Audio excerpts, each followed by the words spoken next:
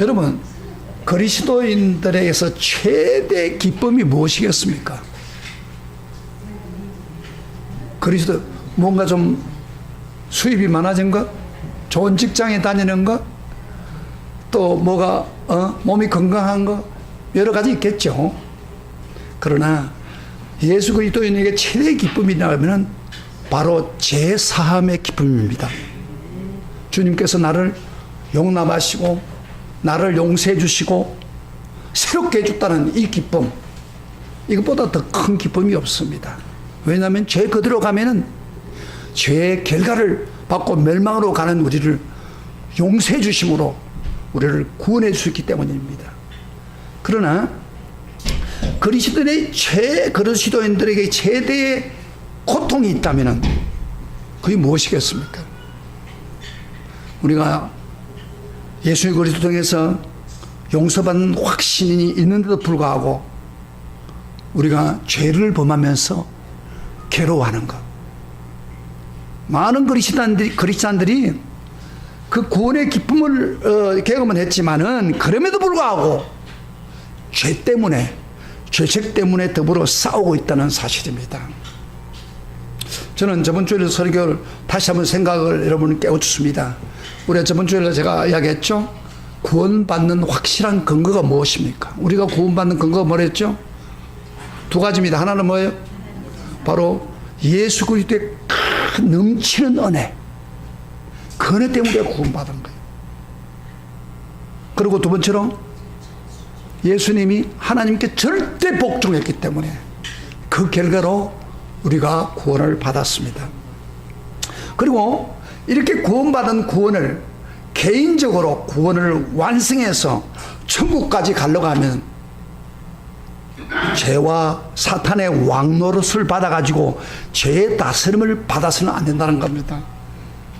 죄의 지배를 받으면 안 된다는 것입니다. 바로 넘치는 은혜의 지배, 의로움에, 주님의 의로움의 다스림을 받을 때 우리는 구원을 온전히 이룰 수 있다고 제가 말씀했죠. 기억나시죠? 말씀 기억나십니까? 말씀을 자꾸 기억하세요. 제가 유튜브에다가 올려놓으니까 계속 보세요. 자, 그러면은 이렇게 죄의 다스림을 받지 않고 살아야 됩니다. 의의 다스림을 받고 은혜의 다스림을 받아야 우리가 구원이 완성되는 겁니다. 그런데 어떤 잘못된 그리스도인들은 자기가 계속적인 죄를 짓는 실패를 정당화하기 위해서 로마서 6장 바로 앞에 5장 20절에 보면은 이 말을 인용하면서 그는 죄를 정당화시키고 있습니다. 20절에 보면 율법이 들어온 것은 범죄를 더하게 하려 함이니 그러나 죄가 더한 곳에 은혜가 더 넘쳤나이다. 은혜가 너무 많기 때문에 죄가 많은 곳에 은혜가 많다 이렇게 생각을 해가지고 이 말을 인용하면서 그러면 은혜를 더 받기 위해서 어떻게 한다고요? 죄를 더 짓자 이렇게 극단적으로 나간 사람이 있다는 거예요. 성경에도 그런 이야기를 하고 있는 거예요. 그럴 때 사도 바울이 분명하게 오늘 본문 읽은 6장 1절부터 2절에 강하게 그 문제에 대해서 단호하게 대답을 하고 있습니다. 한번 1절 한번 읽어볼까요? 다 같이 시작. 그런즉 우리가 무슨 말을 하래요? 은혜에 더하게 하려고 죄가 하게 되냐? 그렇게 하고 난데 2절 대답합니다. 시작. 그럴 수 없느니라. 죄에 대하여 죽은 우리가 어찌 그 가운데 더 살리요? 오늘 이 말씀 핵심적인 이야기입니다. 우리가 은혜에 거하려고 죄를 더해서는 안 된다는 거예요. 이 대답을 중심으로 해서 제가 오늘 그러면 설교 제목대로 죄에서 자유를 누리려면 어떻게 해야 되는가? 죄에서 자유를. 아까 이야기했죠. 가장 고통스러운 성도는 은혜를 받은데 불구하고 죄의 고통 가운데 있다는 거예요. 그래서는 안 되지 않겠습니까? 우리 인간은 모든 죄 때문에 우리 예수님의 죽음과 희생의 고통을 통해서 은혜로 죄 용서를 받았는데 다시 그 죄를 짓고 우리가 살아야 합니까? 아니죠. 앞으로 믿음으로 살아갈 때 우리 앞에 죄 문제가, 죄 유혹이 많이 옵니다. 그 죄문을 어떻게 해결하고 자유를 누리고 살 것인가? 오늘 그 주제로 말씀드린 거예요. 예수 믿었다고 해서 멋대로 사는 게 아닙니다. 용서받았다고 해서 용서받아서 천국 간다고 하니까 내 멋대로 살자. 그것은 절대 잘못됩니다. 그럴 수 없느니라 못을 딱 박아놓고 있습니다. 성경은. 자, 지금까지 제가 로마서를 지금 1장부터 5장까지 강의를 해왔는데 로마서 주제가 뭡니까? 한마디로 말씀. 로마서는 우리 인류 모든 사람이 다 죄를 지었다는 겁니다. 이방인이나 유대인이나 다 죄 가운데 있었다. 그래서 구원이 없었습니다. 저를 보세요. 설교 들으면서 저를 보고 들으세요. 저를 쳐다보고 들으세요. sak쪽 그래야. 그런데 하나님이 너무 불쌍하니까 우리 인간에게 뭐요? 새로운 법, 율법이 아닌 새로운 법. 그게 뭐요? 믿음으로 어렵게 해주는 법을 우리에게 제공했습니다. 그래서 믿기만 하면 구원하는 길을 준 거예요. 할렐루야. 그래서 제가 그 믿음의 구약의 아브라함과 다윗 같은 사람도 바로 그들도 믿음으로 어렵다 받은 케이스입니다. 그러면서 제가 5장에서 말했죠. 그런데 믿음으로 구원받는 사람에게 3가지 복을 줬다고 그랬어요. 제가 설교를 매주 한 번씩 했어요. 하나님과 더불어 합행하는 행복의 복, 그 다음에 2번째로 기도하는 복, 그 다음에 3번째로 하나님 앞에 기쁨으로 나아가는 복, 하나님의 영광을 바라보고 나아가는 복이 돼서 제가 설교를 시리즈로 했습니다. 그런데 오늘은 6장부터 시작해서 이제 앞으로 8장까지 아직 제일 귀중한 내용들이 이 본문에 나와요. 그 내용은 한마디로 말해서 믿음으로 구원받는 사람이 어떻게 믿음으로 성숙해야 우리 구원을 흔들릴 수 없는 확실한 구원의 길로 갈 수 있는가? 그 부분을 6장, 7장, 8장을 다뤄놓고 있습니다. 그래서 이 6장, 7장, 8장을 잘 여러분이 소화를 하고 따라가면은 여러분 구원은 흔들리지 않습니다. 할렐루야. 근데 많은 경우에 구원은 봐도 저러고 하다가 지금 구원이 흔들리는 사람 많습니다. 로마서는 흔들리지 않기 위해서는 우리 믿음이 성숙해야 된다. 어떻게 성숙해야 되는 것을 보여주고 있는 거예요. 오늘 특별히 6장은 제가 읽은 본문은 제일 중요한 문제가 뭡니까? 죄 문제입니다. 죄. 예수 믿고 난 후에도 죄 문제란 말이에요. 그 죄 문제를, 이 세상에서 유혹하고 있는 실질적인 죄 문제를 다루고 있습니다. 아까도 얘기했지만 내 멋대로 예수 믿다고 제 멋대로 또 죄를 짓고 살 수는 없는 거예요. 그런데 우리 구원받는 사람이 안타깝게도 뭐요? 죄를 범합니까? 범하지 않습니까? 죄 한 번도 안 연사도 손도 보세요. 다 죄를 짓고 있어요. 구원받아도 성령 충만해도 그 죄를 짓고 있단 말이에요. 자, 그러면은 죄를 짓고 있는데 그러면 우리가 불신자처럼 옛날 안 믿을 때처럼 계속 죄를 범해야 됩니까? 아니죠. 그렇게 하면 안 되죠. 그래서 우리 성도들이 거룩한 하나님은 죄를 굉장히 미워합니다. 그래서 이 죄 문제를 어떻게 극복하고 죄에서 자유를 누리게 할까? 그게 오늘 설교 주제입니다. 그래서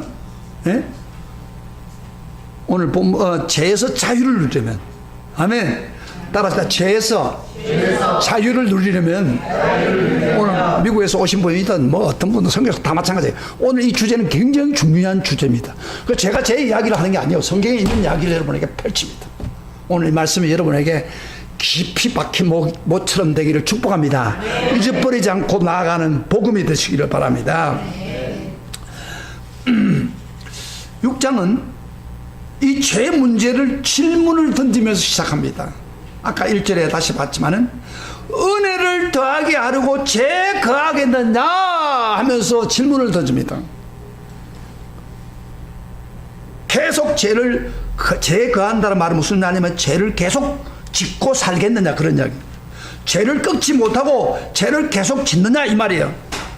그럴 때 그럴 수 없다고 무섭게 칼로 자르듯 강한 부정으로 선언합니다. 무슨 소리냐? 말도 안 되는 소리 봐라. 그만둬라. 그럴 수 없다. 강한 어조로 사도 바울이 하나님이 사도 바울을 통해서 이렇게 강하게 이야기합니다. 진리를 아까 오해하는 사람, 하나님의 은혜가 넘친다고 하니까 죄를 더 지으면 은혜가 더 많을 거 아니냐. 이렇게 잘못된 사람들에게 결코 죄를 계속 지을 수 없다고 분명히 성경을 못을 딱 박아놓고 있습니다. 혹시 여러분 중에서 은혜가 있으니까 은혜가 충만하니까 또 되지고 또 회개하면 되지, 그런 생각을 가지고 있는 사람은 오늘 여러분 꼭 마음에 그게 아니구나 하는 것을 깨닫기를 축복합니다. 그러면은 그리스도인들이 삶의 현장에서 죄의 유혹이 맞는데 실질적으로 죄와 싸워 승리하는 것이 정말 가능할까? 승리할 수 있는 길이 가능할까? 그렇습니다. 정말 가능합니다. 이 오늘 본문에서 죄로부터 자유로운 사람을 누리려면, 즉 실제적인 죄에서 승리할 수 있는 삶의 열쇠 세 가지 동사를 소개하고 있습니다. 이걸 따라가면 돼요. 동사는 행동하는 숫자거든요. 그래서 여기 세 동사가 있는데, 첫째는 알아라, 그래, 알라. 그 다음에 두 번째로 여기라. 세 번째로 들이라. 이런 동사로 설명하고 있습니다. 우리 세 가지, 다른 건 다 까먹어도 이거는 좀 까먹지 마시기로 합니다. 자, 먼저 우리가 죄를 극복할 수 있는 비결 무엇이라고 해서? 알라. 그 다음에 두 번째로 여기라. 그 다음에 세 번째로 들이라. 이 단어를 따라서 살면요, 우리는 죄에서 완전히 자유롭게 죄를 극복하고 삶을 누리는 축복을 누리게 됩니다. 자, 첫 번째로 죄를 극복하는 자유를 누리는 병법, 첫 번째 비결은 뭐예요? 알라 그랬어요. 뭘 알아는 겁니까? 첫째로 우리가 받은 은혜가 무엇인가를 분명히 알아야 된다는 겁니다. 그래서 여기 여러분 이 성경 읽어보면 알라란 말이 계속 나와요. 그래서 3절에도 알라, 그 다음에 6절에도 알라, 9절에도 알라고 계속 반복하고 있습니다.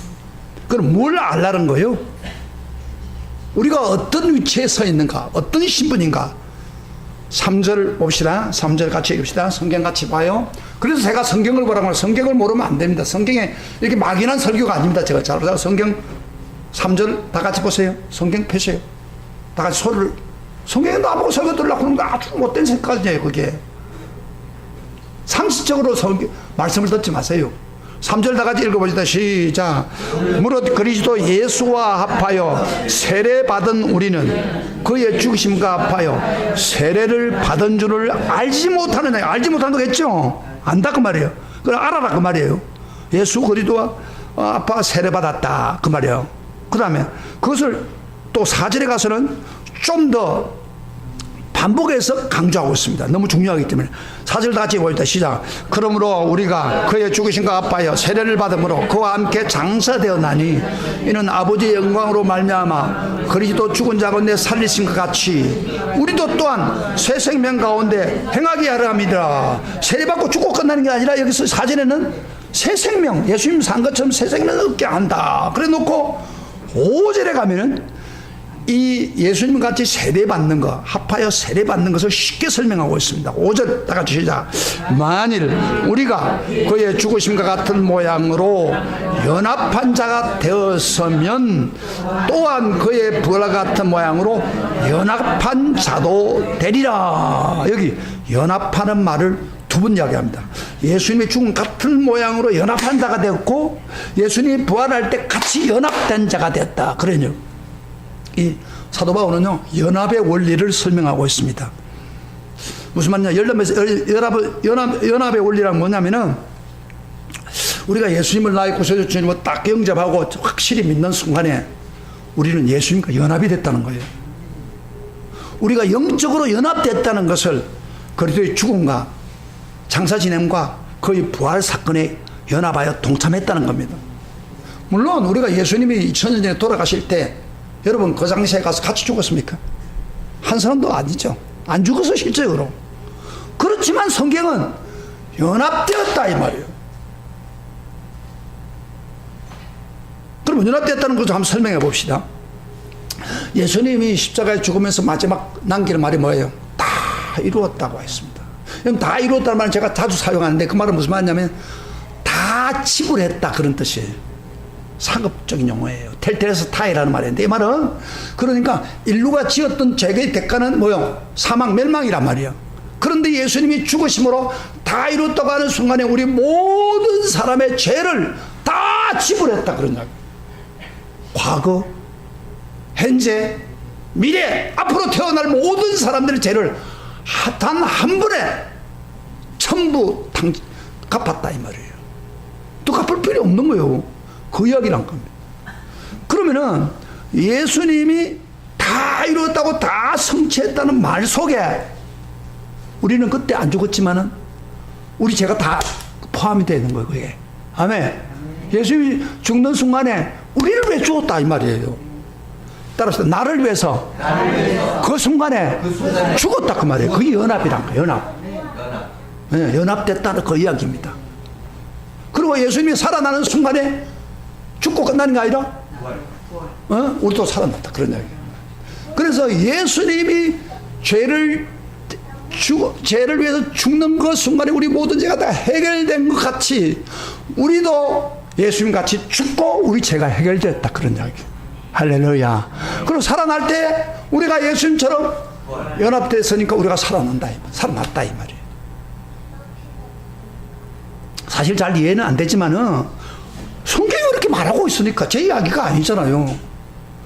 그래서 이것을 연대하라고 합니다. 연대하. 그리스도의 사건과 나 자신과 동일시되는 것입니다. 그래서 이제는 나를 같이 죽었기 때문에 내 죄가 다 없어졌습니다. 할렐루야. 그리고 부활한 것처럼 나도 살아났습니다. 경험은 되지 않습니다. 실제로 하진 않았습니다. 그러나 영적 분명한 연합이라고 하는 것을 우리에게 말씀하고 있는 것입니다. 좀 어려운 말이에요, 사실은요. 이 로마서가 어렵다는 게 그런 거예요. 그래서 제가 쉽게 설명해 주는 거예요, 이런 거를. 아마 이런 소리 잘 못 들어봐요. 아마. 큰 거에 갔다 해서 이런 소리 들는 게 아닙니다. 자, 그러면 여러분 한번 물어봅시다. 그리스도의 죽으심과 부활 사건을 통해서 그리스도 같이 죽었습니까? 죽었습니까? 왜 안 뭐라는 거? 경험만 따지라고 하는 거. 성경이 말하니까 같이 죽었지요. 그리고 새 사람으로 살아났습니까? 그걸 믿어야지. 성경이 그렇게 말하니까. 나는 그때 예수님 저같이 안 죽었는데 그렇게 생각하면은 이건 믿음으로 사는 게 아니에요. 그래서 그렇다면 우리는 새 사람 된 겁니다. 그래서 이게 너무 중요하기 때문에 지금 오늘 본문에서는 우리가 사람이 처음에 예수 믿고 고백할 때 뭘 받으면 세례 받는 거. 뭐 사실 세례의 가장 본질은 침례입니다. 침례.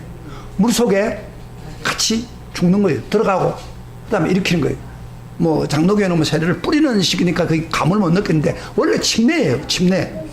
그래서 들어갔다가 그 들어가는 순간에 같이 죽었다 이 말이에요. 예수님과 더불어. 그리고 일으킨 거예요. 일으키면은 그때 살았다. 그거를 상징적으로 너무 중요하기 때문에 예수님과 연합했다는 것을 확실하게 우리에게 보여주는 거예요. 할렐루야. 그러므로 여러분들 경험을 가지고 이야기하지 마세요.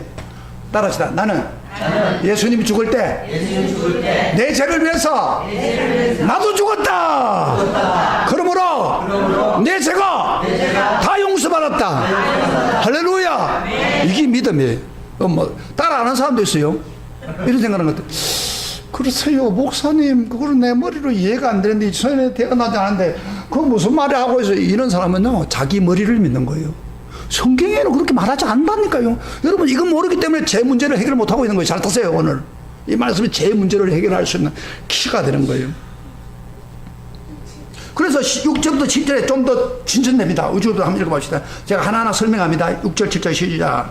우리가 알거니와 우리의 옛사람이 예수와 함께 십자가에 못 박힌 것은 죄의 몸이 죽어 다시는 우리가 죄에게 종로로 가지 아니하려 하매니 이는 죽은 자가 죄에서 벗어나 어렵다 하심을 얻었습니다. 여기 옛사람이라고 했죠. 옛사람이라는 것은 우리가 예수 믿기 전에 죄를 짓는 사람 말합니다. 그게 예수님과 더불어 같이 죽었다. 못 박혔다. 그래서 그 이유는 뭐라고 해요? 우리 죄의 몸이 죽어서 다시는 죄의 종로로 하지 않고 죄를 따라가지 않고 죄 다스림 받지 않고 어렵게 살려고 하는 것이다. 오늘 설교 제목 그대로 6절 7절은 오늘 설교 제목의 포인트를 이야기하고 있는 거예요.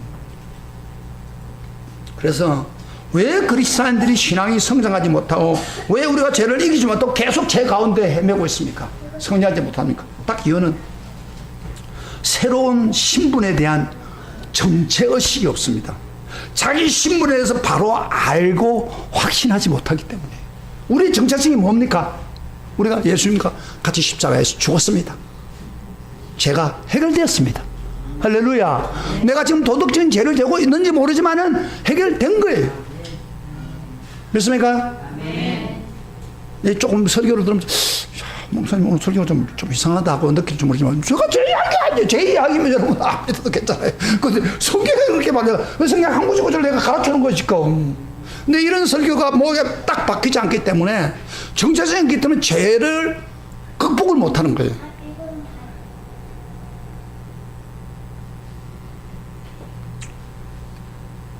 여러분 우리가 국제화 시대라고 그랬잖아요. 국제화 시대. 지금 국제화에서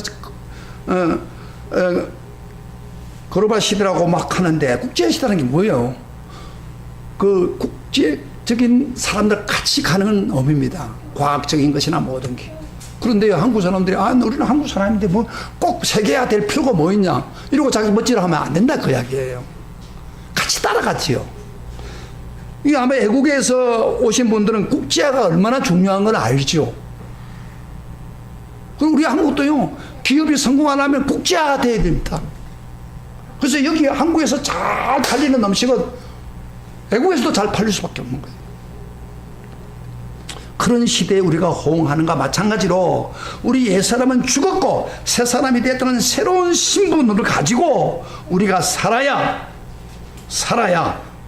바로 죄에 대해서 승리할 수가 있다는 겁니다. 할렐루야. 성 어거스틴 아십니까 여러분? 성 어거스틴이 옛날에는 아주 나쁜 짓을 많이 한 사람이에요. 근데 회심하고 새롭게 되었는데 길을 가다 보니까 옛날에 자기하고 사귀던 여자가 길거리에서 만났어요. 어거스틴이 모른 척하고 지나가니까 이렇게 말합니다. 저예요. 저 몰라요. 저 몰라요. 그러다 말해요. 그 어거스틴이 유명한 말을 했어요. 나는 너는 너지만은 나는 내가 아니야. 그랬답니다. 너는 너지만은 나는 내가 아니야. 전에 내가 아니야. 그 말은 무슨 말입니까? 자기는 이제 새로운 신분을 가졌다. 그래서 옛날처럼 그 여자하고 뭐 이렇게 나쁜 짓 하지 않는다 이 말이에요. 너는 너지만은 나는 내가 아니야. 그런 이야기입니다. 한국의 김익두 목사님 구원받고 원래 깡패지 않습니까? 아니 깡패하고 막 그 장인 어른을 얼마나 괴롭힌지 몰라요. 그런데 이제 어느 날 회개하고 구원을 받았어요. 그러다 이제 장인들한테 이런 편지를 보냈습니다. 김익두 사망. 김익두 죽었다. 북으로 보낸 거예요. 안 죽었는데 얼마나 장인 어른을 괴롭혔는지 이제 옛날에 김익두는 죽었습니다. 그런 이야기예요. 새 사람이 됐다 그 말이에요. 이 새 사람이 되었다는 인식이 굉장히 중요합니다. 내가 예수를 진실로 구주로 구원하고 내가 하나님을 예수님을 믿는 순간에 예수님 같이 죽었고 신비하게도 예수님과 연합돼서 우리 죄가 완전히 해결받을 뿐 아니라 새로운 사람이 되었다는 이 확신된 정체성을 가지고 있으면요 죄를 지을 수가 없어요. 죄 문제가 해결되는데 또 뭐 거짓 죄입니까? 안 그래요? 여러분 보세요. 사람이 저를 보세요. 약간 덕비나하지만 설교 들으세요. 이게 굉장히 중요한 설교예요. 더러운 옷을 입고 있는 사람은 아무 데 가면 더러운 막 합니다. 우리들도 예비군 복 입고 있으면 막 멋들어서요. 근데 깨끗하게 이렇게 씻어보고 있고 깨끗한 옷을 입으면 더러운 데 갑니까? 안 가지요. 똑같아요. 우리의 신분, 내가 예수님과 해서 내 모든 죄가 용서받았다는 이 신분이 명확하면요 죄가 오더라도 아니 내 신분 지키기가 아닌데 내 죄가 다 용서받는데 또 어떻게 죄를 지어? 이렇게 된다 이 말이에요. 그래서 아는 게 중요한 겁니다. 우리 죄를 이길 수 있는 방법 1단계. 할렐루야. 내 신분 아시기를 축복합니다. 아멘. 그 다음에 두 번째로 여기라. 여기란 말이 11절에 나옵니다. 같이. 여기다가 두 번째 중요합니다. 같이 시작. 이와 같이 너희도 너희 자신을 죄에 대해 죽은 자요. 그 다음에 그리스도 안에서 하나님께 대하여 살아있는 자로. 그 다음에 뭐랬어요? 여길지어다. 그래서 여기를 동그라미 여길지어다. 동사 굉장히 중요합니다. 여긴다. 뭘 여기 아는 거하고 여기는 또 다릅니다. 여길지어다 명령형을 썼어요. 이 여긴다는 말은 무슨 말이냐면은 본래 회계사들이 전문적으로 사용하는 말인데 무슨 말이냐면은 자기 계좌에 상대방의 돈이 입금이 되어버리면 그걸 현금으로 생각하고 현금과 마찬가지로 여기고 있다. 요새도 그렇잖아요. 현금 돈 안 줘도 은행 부자의 돈이 다 들어오면 뭐예요? 아, 돈 들어왔다고 마찬가지로 여기는 거예요. 현금은 아니지만은 꼭 같아요. 우리가 구원받은 사실을 그저 알고 있는 게 아니라 새 신분인 것을 여기는 거예요. 여긴다는 말이 좀 어려운 말인데 이것을 다른 말로 하면 의식화됐다 그럽니다. 의식화. 따라합시다. 의식화.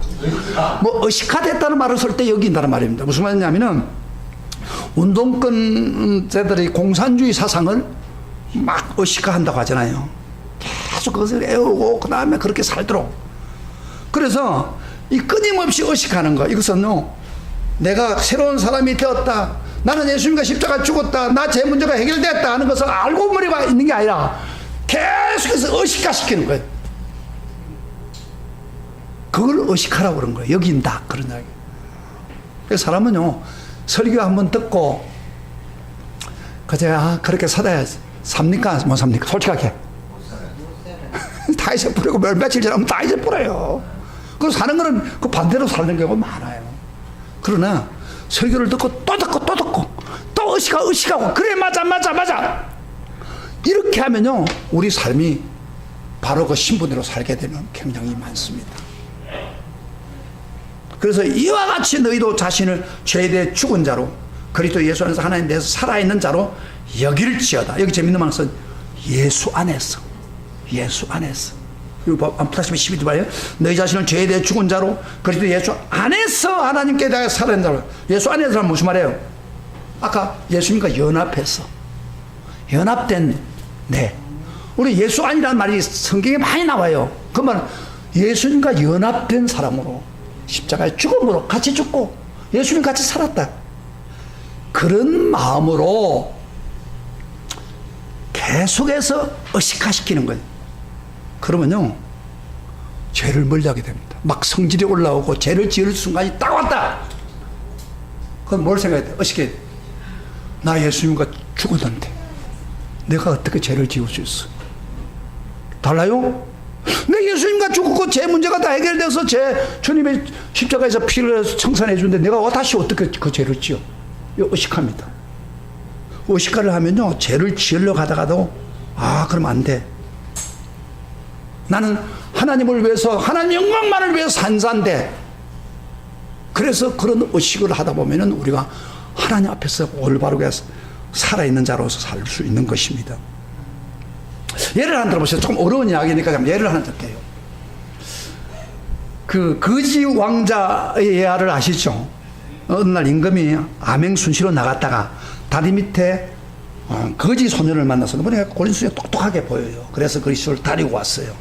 데리고 와서 궁궐 앞에서, 만조백관 앞에서 오늘부터 이 소년은 내 아들이다, 왕자다, 그렇게 한 거예요. 놀라울 정도로. 그 순간에 그때부터 그 거지가 뭘 바꿔줬습니까? 왕조로 바꾸신 거예요. 왕조로 태어난 거예요. 근데 저녁쯤 되니까, 잠잘 때 되니까 왕자가 밖으로 나가는 거예요. 그래서 신하들이 따라가면서 어디 갑니까? 하니까 내가 다리 밑에서 잘 때 편안하게 잤는데 그거 잘라고 그러다. 왕자님 무슨 말 하고 있어요? 여기 폭신한 침대가 있고 이 좋은 꿈거리 있는데 왜 그거 잡니까? 그래 설득시켜서 재우니까 잠자고 나니까 너무 좋거든요. 근데 또 아침이 되니까 또 밖으로 나가는 거예요.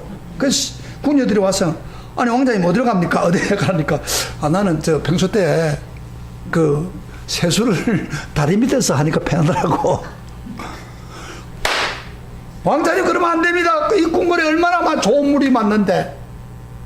그리고 구걸하러 가려고 합니다. 구걸할 필요가 없습니다. 이게 아주 많은 음식으로 이렇게 가득 채워놨는데 왜 거기 갑니까? 진수성찬으로 찾아놨는데 이 거지가 되다 보니까 그 의식이 바꾸지지 않은 거예요. 여러분, 왕자다운 사람이 되려면 어떻게 돼요? 왕자 의식을 가져야 됩니다. 거지 의식을 가지고는 살 수가 없어요. 근데 처음에는 우리가 예수 믿고 거지처럼 행동할 때 많아요. 죄 하나님 다 해결했는데 또 가서 죄 짓는 거예요. 또 거짓 하고 앉아있는 거예요. 습관이 들어오니까. 그래서 우리가 실수하지만, 그러나 우리는 내 신분을 의식해야 됩니다. 아, 내 신분은 다르다. 예수님과 더불어 십자가 같이 죽었다. 예수님 같이 살았다. 나는 죄와 상관이 없는 자다. 이런 의식화를 자꾸 하다 보면은 우리는 죄에 빠지지 않습니다. 놀라운 사실은요, 사도 바울은 이런 의식을 하고 살았습니다. 자, 성경 구절 한번 찾아드릴게요. 우리가 참, 저는 이 성경 구절 참 좋아하는데, 갈라디아서 2장 20절 찾아보세요. 사도 바울은 이런 의식을 가지고 살았습니다. 2장 20절. 다 같이 읽어봅시다. 시작. 갈라디아 2장에서 로마서 다음에 조금 뒤에 가면 있습니다. 시작. 내가 그리스도와 함께 십자가에 못 박혀나니 그런즉 이제는 내가 사는 것이 아니요 오직 내 안에 그리스도가 사신 것이라. 이제 내가 육체 가운데 사는 것은 나를 사랑하사 나를 위하여 자기 자신을 버리신 하나님 아들을 믿는 믿음 안에 사는 것이라. 저는 처음에 이 구절을 보면서 예수님, 바울이 난 예수님과 십자가 못 박혔다. 언제 못 박혔어? 여러분, 사도 바울은 예수님이 십자가 못 박는 순간에 아마 사도 바울은 어린 소년일 것입니다. 그곳에 가지도 않았고 또 오히려 기독교를 박해했던 사람이에요. 근데 지금 뭐라고 합니까? 내가 그리스도와 함께 따라서 내가 그리스도와 함께 십자가에 못 박혀나니 이렇게 말한 거예요. 언제 못 박혔어요? 사도 바울은 연합적인 관계를 알고 있는 거예요. 지금 예수님이 죽는 순간에 사도 바울도 죽었다. 이미 제 용서가 받았다. 그리고 살 때 다시 산다. 그래서 이제 내가 사는 게 아니고 내 안에 그리스도가 사신 것이다. 이가 내 육체 가운데 사랑해서 나를 사랑해서 나를 위해서 자기를 버리시는 하나님 아들을 믿는 믿음 안에서 사는 것이다. 그래서 바울은 이런 의식화를 통해서 죄를 멀리하고 그리스도와 더불어 산 겁니다. 할렐루야, 할렐루야. 이건 내만 아는 게 아니고 이거 내가 여러분 하라는 게 아니라 믿음의 좋은 사람이 의식화시킵니다. 자기를 십자가에 못 박힌 거예요. 그런데 무슨 죄를 짓는다는 말이에요. 그 이야기예요. 저도요, 어렸을 때 이제 교회를 다니긴 했지만은 그 당시 우리 거제도가 굉장히 힘들었고, 지금은 뭐 거제도가 챔피언 놓지만 먹을 게 없었어요. 그러니까 이제 애들끼리 모이면은 뭐 하느냐면은, 야, 설이 가자. 설이. 고구마 설이 하러 가자. 요새 고구마. 그래가지고 애들 배고프니까 애들이 남의 밭에 가가지고 막 달라붙어가지고 고구마 막 팝니다. 저도 같이 참여했어요. 그리고 봐가지고 막 구워 먹고, 그 다음에 뭐 이런 막 우리 여러 가지 해가지고 먹고 기분 좋아가지고 막 그랬어요. 근데 지금은 그렇게 할까?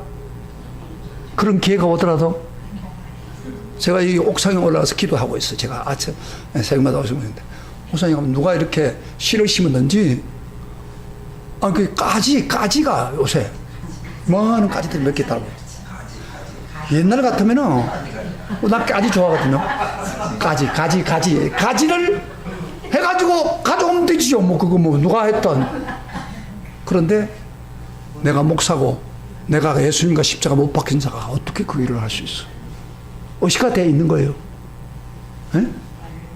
그래서 우리가 죄를 짓더라도 죄를 지을 수 있는 가능성이 있어도 그게 목사님 새벽에 가져갔는데 누가 알 게 뭡니까?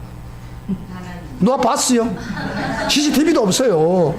그까지 뭐 호박도 많아요. 가져오려면 마음 먹으면 가져올 수 있어요. 그런데 그것보다도 내가 목사고 내가 예수가 십자가 못 박혔는데 어떻게 죄를 지을 수 있어? 그래서 우리가요, 자기를 의식화시켜야 된다. 나는 내 신분이 거짓이 아니고 없는 걸 의식화시키는 거 아니에요. 실제로 예수님과 연합해서 죽었다 이 말이에요. 해결된 거요. 그래서 죄를 멀리할 수가 있는 거예요. 할렐루야. 이제 마지막 하나만 말씀하세요. 셋째로 우리가 완전히 자유를 확실하게 누리는 방법, 열쇠, 최고의 열쇠, 가장 결정적인 열쇠가 뭐냐면 드리라는 겁니다. 주님께 따르다, 하나님께 드리는 삶이다. 아멘. 그래서 드린다는 게 여러분요, 안다라든지 여긴다는 것은 지적 인식입니다. 그러나 드리라는 단어는 어주적인 결단입니다. 그래서 드리는 것이 바로 결정 열쇠인데 12절부터 14절까지 오늘 본문 다시 한번 읽어봤어요. 오늘 말고 말씀하세요. 자, 죄를 극복하는 방법을 성경은 자세히 설명하고 있습니다. 6장, 우리 다 같이 6장 12절부터 14절까지 보겠습니다. 같이 소리를 내서 읽겠습니다.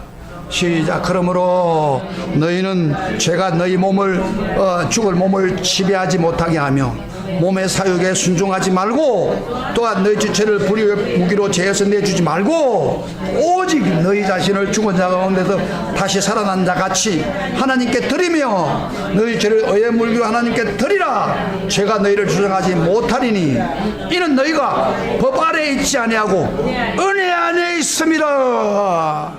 6장 12절부터 14절은 굉장히 중요한 성경 구절입니다. 죄를 하지 말고 드리라 그랬죠. 너희 죽을 몸을 죄가 너희 몸을 죽음을 지배하지 못하게 해라. 죄의 지배를 받지 말라고 말이에요. 사욕대로 살지 말고 지체를 불의의 병기로 사용하지 말라 말이에요. 불법을 해야 돼. 옛날에 예수 믿기 전에는 불법을 행하는 대로 내 몸을 마음대로 들었잖아요. 그걸 하지 말고, 그 다음에 13절에 뭐라고 했어요? 오직 너희 자신을 죽은 자 가운데 살아나신 자 같이 하나님께 드리며 너희 지체를, 우리 몸을 의의 무기로 하나님께 드리라. 그런 이야기예요. 따라하시다. 우리 몸을 의의 병기로 드리라. 이것이 바로 세상을 변할 수 있는 길입니다.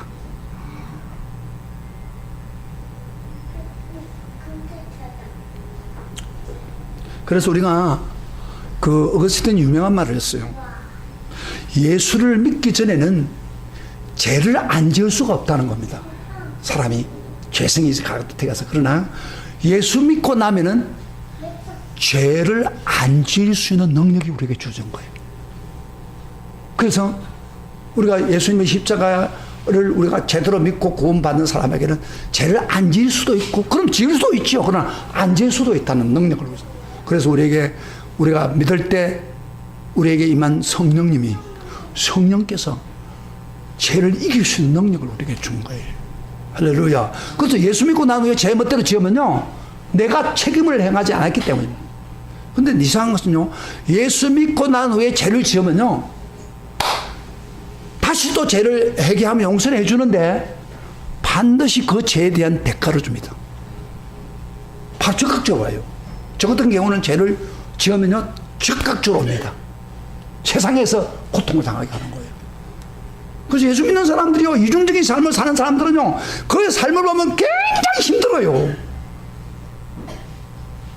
물론 죄 용서는 하겠죠. 그러나 죄를 짓는 순간에 딱 영적으로 막혀버리고 모든 일이 딱 역사하는 거예요. 그래서 죄를 안 지을 수 있는 능력을 주었는데 왜 그걸 사용하지 않습니까?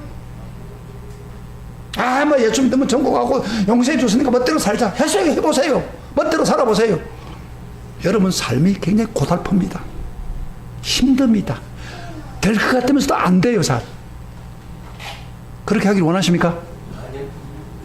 죄를 이길 수 있는 능력을 줬는데 왜 그렇게 성령님께 뽀지하고 죄를, 나는 예수 그리스도 믿은 사람이요, 하나님의 지배를 받는 그런 자세가 있다면 되지요. 근데 여기 적극적으로요, 하나님께 해결하려면 적극적으로 하나님께 드리라는 거예요. 지배를 받으라는 거예요. 여러분, 하나님의 지배를 받고 하나님께 드리지 않으면 우리는 하나님 지배 받고, 어떤 사람들은 하나님 지배를 받는다고 하면서 자기를 하나님께 드리지 않아요. 하나님이 내 삶의 주인이 된다는 것을 믿어야 됩니다. 여러분, 하나님께 드린다는 말은 무슨 말이냐면, 다른 말로 하나님께 항복합니다. 하나님만이 내 항복. 그런데 교인들 중에서 하나님께 항복 안 하는 사람 참 많아요. 하나님, 그거는 하나님 말씀이지만 나는 생각이 다른데 이러고 앉았으는 거예요. 항복하는 게 하나님 드리는 거예요. 그래야 하나님 우리를 사용하지. 하나님 주일만은 내가 항복하지만 다른 날은 항복. 이렇게 되면 역사가 일어나지 않습니다. 그래서 적극적으로 하나님 따라합시다. 하나님께 항복하자. 그래서 이제는 이렇게 말해야 됩니다. 죄는 나의 주인이 아니다. 죄여 떠나라. 사탄이여, 너는 나를 다스릴 수 없다. 나의 주인은 하나님이다. 이렇게 말하는 거예요. 주여라는 말 있죠. 우리가 보통 주여라는 말을 잘 사용하는데, 주여라는 게 뭐예요? 영어로 보면 로드. 이 무슨 말이에요? 주여. 그거 아무도 사용하는 거. 주여라는 것은 뭐냐면 하나님이 내 주인입니다, 그 이야기예요. 하나님께 내가 항복합니다. 근데 그 말도 그렇게 하지 않으면서 주여 하는 사람 많아요. 주여, 주님이 나의 주님입니다. 주님이 내 하나님입니다. 나를 다스립니다. 이렇게 될 때에 하나님의 역사가 일어나는 거예요. 그래서 우리가 이제는, 우리 시대는 뭐요? 이제 은혜 시대입니다. 14절을 한번 봅시다. 마지막. 제가 너희를 주장하지 못하리니 이는 너희 법 아래에 있지 않고 율법 아래에 있지 않고 은혜 아래에 있습니다. 우리가 은혜 안에 있기 때문에 반드시 지배를 받아서는 안 된다는 거예요. 재밌는 이야기 마지막 하나 할게요. 어떤 군대 이야기인데, 남자들이 모이면 군대 이야기 맞았습니까? 어떤 군인이 쫄병으로 들어갔는데, 옛날에는요, 지금 빠따 없어요. 그 당시에는 빠따 있는 거예요. 공기 잡으려고. 그래서 줄빠따를 때, 줄빠따. 기마사가 뭐야 하면 뭐 탁 엎드려 버치면 몽둥이 가지고 들었는데, 어디서부터 때리냐면은 제일 높은 계급에 있는 병장이 먼저 상병부터 때린 거예요. 때려 내려오는 거예요. 그 다음에 또 그러면 쫄병은 계속 맞는 거예요. 쫄병은 이거 계속 뭐 20명이 했으면 20대를 맞는 거예요. 근데 이런 식으로 줄봤다고 이제 군기 잡으려고 그런 거예요.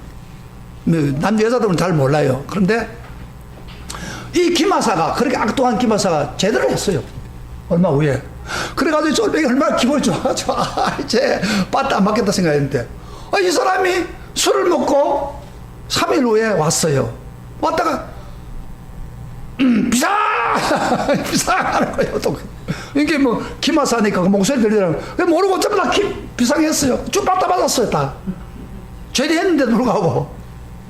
그래서 다음에 또 설모가 이제 이 재미가 있으니까 이 사람이 또 부대에 와가지고 기상 잡자고 이 사람은 이렇게 하는 거예요. 그럴 때 김병장이, 그 밑에 있는 김병장이, 너 제대했어, 끝났어, 야 너희들 일어나지 마라, 잠자. 그러니까 김하사가 아무 말도 할 게 없는 거예요. 그 쫄병이 하는 말이, 그 병장이 그렇게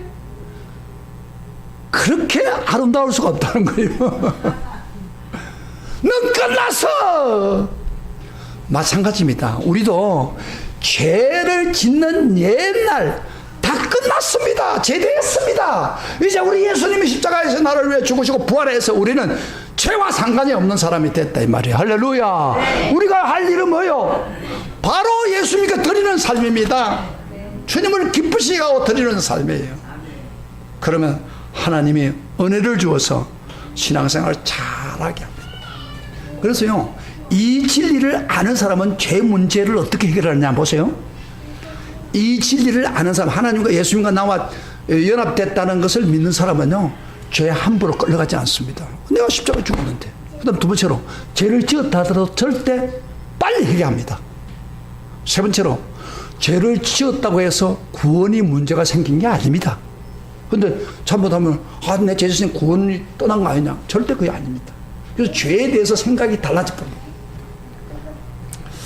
사랑하시는 성도 여러분, 우리가 어떻게 하면 죄를 극복하고 살 수 있습니까? 죄의 유혹이 우리에게 옵니다. 우리는 첫째 뭐요? 내 신분이 어떤 신분인가? 예수님이 십자가 죽을 때 같이 죽었다. 아멘. 이걸 인식해야 되면 그게 정체성이란 거예요. 기독교의 정체성. 오늘 교인들이 교회를 다니면서 이 정체성이 없기 때문에 죄를 멋대로 짓는 거예요. 그 다음에 두 번째로 여기야 돼. 의식화시킵니다. 나는 예수님과 십자가 못 박혀 죽은 사람이야. 그리고 이제 죄의 유혹을 따라가 사는 게 아니라 뭐요? 진짜 하나님께 드리는 삶. 하나님이 기뻐하는 삶을 살면요. 하나님 드리는 삶은 뿌리가 판을 칠 수 없습니다. 그리고 하나님은요, 내가 하나님께 드리면서 주님을 기쁘게 살면 하나님이 축복을 갚아주는 거예요. 할렐루야.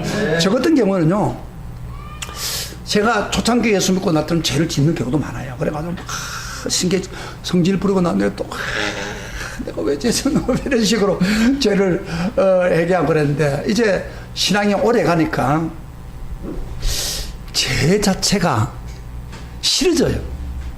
왜 그러냐면 죄를 짓고 나면은 뭐 제가 뭐 지금 약간의 쾌락이 있을지 몰라 죄를 짓고 나면은 굉장히 마음이 답답해요. 뭐가 이상해. 뭐가 막 눌리는 것 같고 답답하고 뭐가 안 되고 하는 일이 안 되는 걸 느껴요. 죄를 짓고 나니까 뭘. 그리고 기도가 특별히 막혀요. 기도. 목사는 기도해야 되는데 기도가 막혀요. 기도가 막히는 것은 죄 문제가 있는 거지 지금. 그리고 또 하나님 앞에 잘못했으면 용서를 구해야 되잖아요. 얼마나 부담감 가요. 차라리 죄 안 짚으면 끝나는 거예요. 유혹 안 넘어가면 편안한 거예요. 근데 유혹이 왔을 때 그걸 넘어가 버리면 그렇게 하나님 좋아하는 걸 느낄 수 있어요. 할렐루야. 그러니까 행동할 수 있는 길이 있는 거예요. 이게 죄 문제를 해결하면요, 하나님 기도하는데도 당당하는 거예요. 당당. 그리고 죄를 기도하면요, 기도가 확 열려요.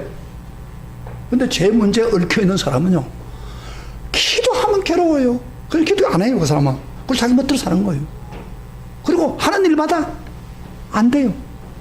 막 될 것 같으면서 안 되는 거예요. 이렇게 살기를 원하십니까? 이렇게 원하십니까? 죄에서 자유하기를 원하십니까? 죄의 자유를 하기, 자유함을 누리기. 주의 이름으로 축원합니다. 오늘 말씀, 나는 예수님과 연합했다는 이 확신을 가지고 여러분이 승리하며 살기를 주의 이름으로 축복합니다. 우리 이거 다 같이 일어나서 찬송 하나 봅시다.